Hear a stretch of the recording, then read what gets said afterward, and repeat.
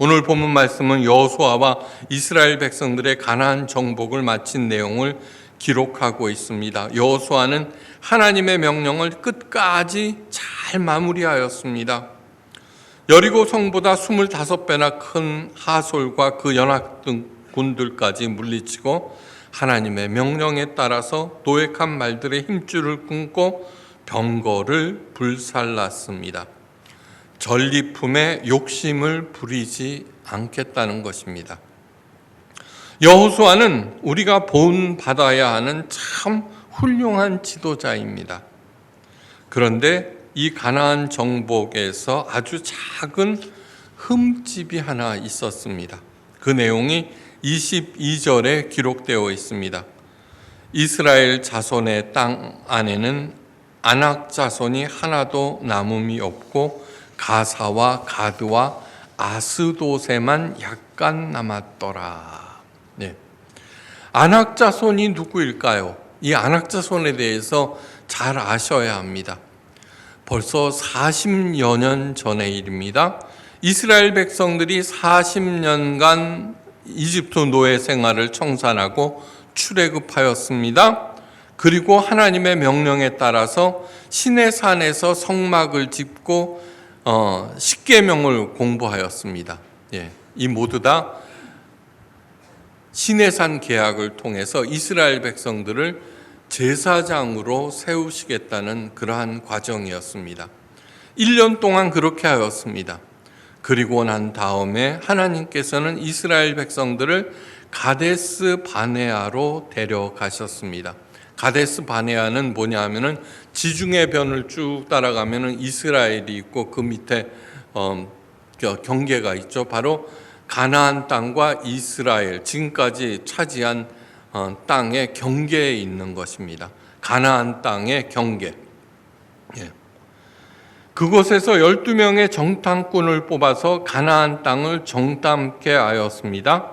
40일 동안 정탐을 마치고 돌아와서 백성들 앞에서 보고합니다. 그런데 여호수아와 갈렙만을 제외한 10명의 정탐꾼들은 다음과 같이 보고하였습니다. 이스라엘 앞에서 그 탐지한 땅을 악평하여 가로되 우리가 두루 다니며 탐지한 땅은 그 거민을 삼키는 땅이요 거기서 본 모든 백성들은 신장이 장대한 자들이며 거기서 또 네피림 후손 아낙 자손 대장부들을 보았나니 우리는 스스로 보기에도 메뚜기 같으니 그들이 보기에도 그와 같을 것이라. 민수기 13장 32절에서 33절 말씀입니다. 가나안 땅에 살고 있는 족속들은 그 중에 아낙 자손은 뭐냐 그러면 기골이 장대하여서 자기들과 비교하면은 메뚜기 같이 초라하게 느껴진다는 것입니다. 이 아낙 자손은 바로 이스라엘 백성들을 메뚜기처럼 보이도록 만들었던 그 장대 같았던 장부들입니다. 그들을 보고 겁에 질린 이스라엘 백성들은 아우성치면서 그들은 우리들의 밥이다.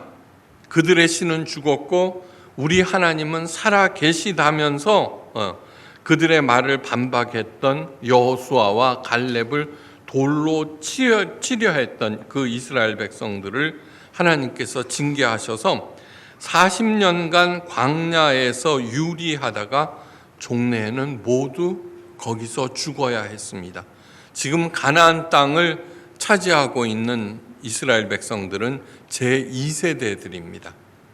오직 1세대 중에 살아남은 사람은 그들은 우리들의 밥이다. 하나님은 살아계신다라고 얘기했던 여호수아와 갈렙만이 가나안 땅을 밟을 수 있었습니다.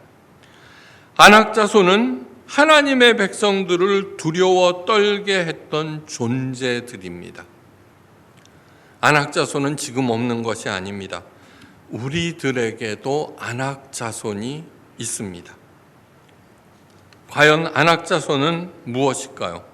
우리를 두렵게 하는 것, 그래서 목표를 가지지 못하게 하고 하나님의 약속을 인정하지 않고 우리를 주저앉히게 만드는 그것입니다.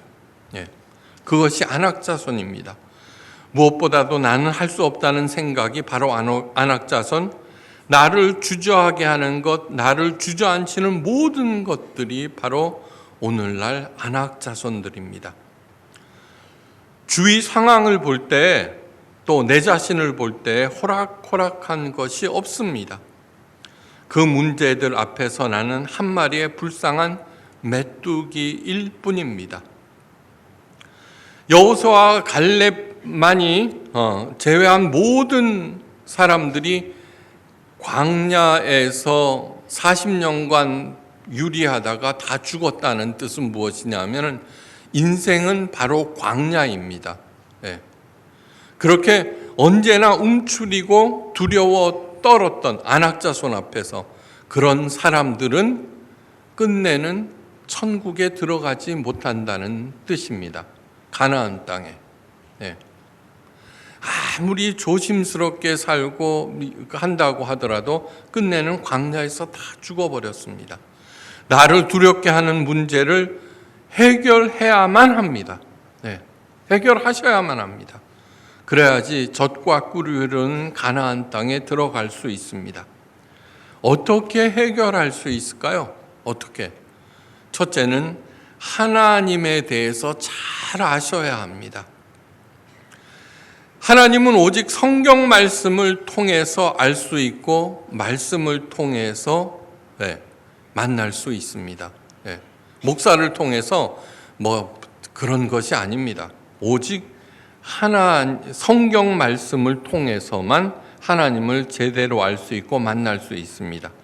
그래서 성경을 읽어야 하고 열심히 배워야 하고 하나님의 말씀에 귀를 기울이셔야 합니다. 그리고 난 다음에 그 하나님의 말씀에 따라서 열심히 살아갑니다. 그러다 보면 어느덧 하나님을 내가 사랑하게 되고 내 마음은 하나님께 집중되어 있음을 알게 되고 나를 두렵게 하던 안악자손들은 다 사라지고 없음을 확인하게 됩니다. 네. 죽음까지도 두렵지 않게 됩니다. 하나님의 사람이란 누구입니까? 구약 시대에는 하나님의 사람들을 이스라엘이라고 불렀습니다. 신약 시대에 하나님의 백성들인 성도들을 새 이스라엘이라고 불렀습니다. 이스라엘이 과연 무슨 뜻일까요? 이스라엘은 엄청난 뜻을 가지고 있습니다. 하나님과 겨루어 이긴 자라는 뜻입니다. 어마무시하죠, 그죠? 네. 이스라엘은 하나님과 겨루어 이긴 자. 우리가 새로운 이스라엘이라고 하면은 우리 또한 하나님과 겨루어 이긴 자라는 뜻입니다. 이 이름의 유래는 이렇습니다. 야곱이 야복 강가에서 하나님의 사람과 밤새도록 싸우다가 아침 해가 뜰 때에 야곱을 도저히 뿌리치지 못하는 그 하나님의 사람에 의해서 너는 앞으로 이스라엘이다 라는 이름을 부여받게 됩니다. 우리 인간들이 어떻게 하나님과 겨루어 이기겠습니까? 이것의 뜻은 모든 문제를 하나님과 씨름하면서 해결하라는 뜻입니다. 우리들이 새 이스라엘입니다. 새 이스라엘이 해야 할 일은 모든 문제를 하나님과 씨름하면서 해결하는 사람입니다. 왜 옛 이스라엘이 그 이름을 상실했냐 그러면 그들은 하나님과 씨름하면서 문제를 해결한 것이 아니라 율법을 지킴으로써 그 문제를 해결하려고 했던 것입니다. 당시 야곱에게 있어서 그를 가장 두렵게 했던 안악자손은 바로 형 에서였습니다. 왜요? 일찍이 형 에서를 속이고 그 장자권을 빼앗아서 도망갔기 때문입니다. 야곱이 형 에서를 생각할 때마다 너무너무 두려워서 도저히 강을 건널 수가 없었습니다. 도저히. 그러나 밤새도록 하나님과 씨름하는 가운데 그 두려움은 사라졌습니다. 최고의 선물은 하나님께서 친히 우리 같은 보잘것없는 존재들의 씨름 상대가 되어 주셨다는 것입니다. 사탄은 끝도 없이 우리에게 속삭입니다. 네가 닥친 문제, 이 문제에 집중하고 이 문제와 싸워. 만약에 이기지 못하면 너는 죽을 것이야. 그러나 하나님께서는 나와 씨름하자고 우리를 불러내십니다. 닥친 세상 문제와 씨름하지 마시기 바랍니다. 마치 이런 것입니다. 어린 손주가 유치원에서 힘센 아이한테 맞고 돌아왔습니다. 징징징징 울고 그거 생각할 때마다 속이 너무너무 상합니다. 그런 속이 상해서 힘 빠져 있는 손주에게 할아버지가 다가가서 얘 나랑 씨름하자 하는 거와 마찬가지입니다. 할아버지와 씨름하다 보면 어떻게 돼요? 할아버지가 일부러 져주기도 하고 막 이렇게 하다 보면은 그 자기를 때린 그 친구의 얼굴은 다 사라지고 없습니다. 바로 그거와 똑같습니다. 닥친 세상 문제와 씨름하지 마십시오. 하나님과 씨름하십시오. 그 문제와 씨름하면 씨름할수록 그 다음에 또 뭐예요? 그 나를 괴롭힌 그 사람과 씨름하면 씨름할수록 어떻게 돼요? 나중에는 그래서 어떻게 돼요? 자기를 괴롭힌 지나가면서 훅 던진 그 말에 상처를 받은 나는 밤새도록 그 상처와 씨름하는 동안 그 다음날 별것도 아닌 문제로 어떻게 돼요? 그 사람과 원수가 되어버리죠. 그죠? 그것입니다. 이스라엘 자손의 땅 안에는 안악 자손이 하나도 남음이 없더라. 하나님의 백성 이스라엘을 메뚜기로 만들었던 안악 자손도 하나님의 명령에 순종하였을 때 다 사라져 버렸습니다. 그리고 순종하는 여호수아와 이스라엘 백성들에게 가나안 땅이 주어졌습니다. 그런데 여호수아는 마지막 털 하나를 제거하지 못했습니다. 세 가닥의 털이었습니다. 아쉽게도 끝마무리를 제대로 하지 못했습니다. 가사와 가드와 아스돗에서 안악 자손을 몇 명 남겨두었던 것입니다. 그런데 그때는 몰랐습니다. 다 죽었고 그건 몇몇 살아있는데 그게 큰 문제가 될까. 하지만 훗날 예상치 못한 큰 일이 생겼습니다. 가사와 가두와 아스돗에서 무슨 일이 생긴 걸까 꼭 아셔야 됩니다. 먼저 가사에서입니다. 이 세상에서 가장 많은 축복을 받고 태어난 사람 중에 하나가 삼손입니다. 삼손은 좋은 집안에서 태어났습니다. 얼굴은 미남이었고 힘은 장사였습니다. 나중에는 이스라엘의 가장 높은 자리인 사사에까지 이른 사람입니다. 다른 나라에는 왕이 있습니다. 그런데 이스라엘에는 사사가 있습니다.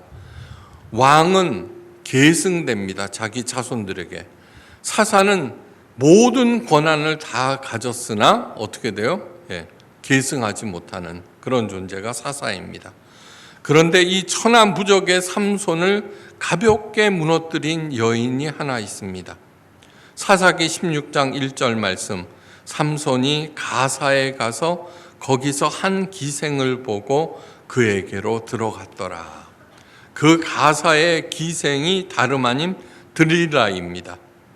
그 드릴라에 의해서 삼손은 힘의 원천인 머리가 싹둑 잘리고 그래서 힘을 잃어버린 삼손이 눈이 뽑히고 온갖 치욕을 당하게 되고 그러자 이스라엘 역시 큰 위기에 봉착하게 됩니다. 이것이 가사에서 생긴 일입니다. 가드에서는 이스라엘을 공경에 몰아넣은 장수가 한 명 나왔는데 바로 골리앗입니다. 사무엘상 17장 4절 말씀, 블레셋 사람의 진에서 싸움을 도두는 자가 왔는데 그 이름은 골리앗이요 가드 사람이라. 그 신장은 6규빗 한 뼘이니라. 골리앗은 키가 장대 같은 아낙 자손의 대표 주자로서 그것을 키를 환산해 보면 오늘날 2m 50에 달하는 그런 장수입니다. 가드에서는 골리앗이 나왔습니다. 그렇다면 아스돗에서는 무슨 일이 있었나? 아스돗에서는 하나님의 임재를 상징하는 하나님의 법궤를 탈취당하는 그런 수치스러운 일이 일어납니다. 사무엘상 5장 1절 말씀입니다. 블레셋 사람이 하나님의 궤를 빼앗아 가지고 에벤 에셀에서부터 아스돗에 이르니라. 블레셋 사람이 하나님의 궤를 가지고 다곤의 당에 들어가서 다곤의 곁에 두었더라. 하나님의 궤를 빼앗아서 다곤 신전, 다곤상 옆에다가 두었다는 얘기입니다. 사랑하는 성도 여러분, 마음에 깊게 새기시기를 간절히 바랍니다.